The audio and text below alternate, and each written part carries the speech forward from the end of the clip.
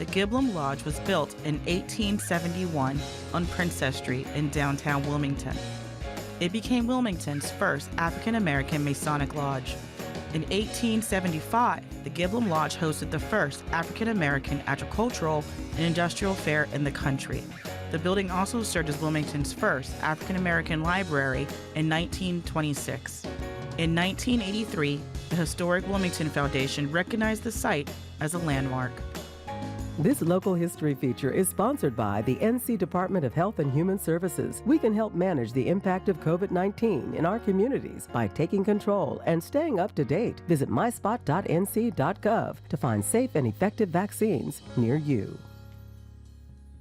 And there are several events taking place in the Cape Fear region this month celebrating Black History Month. Next Thursday, Cape Fear Community College will host a screening of C.F. Pope, Where the Champions Were Grown, a documentary about the Burgos School, which was once one of only 2 high schools in Pender County for African Americans.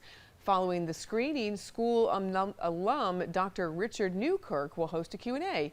We've got plenty more Black History Month events right now on your WECT News app. Checking in with Gannon on the forecast now, though.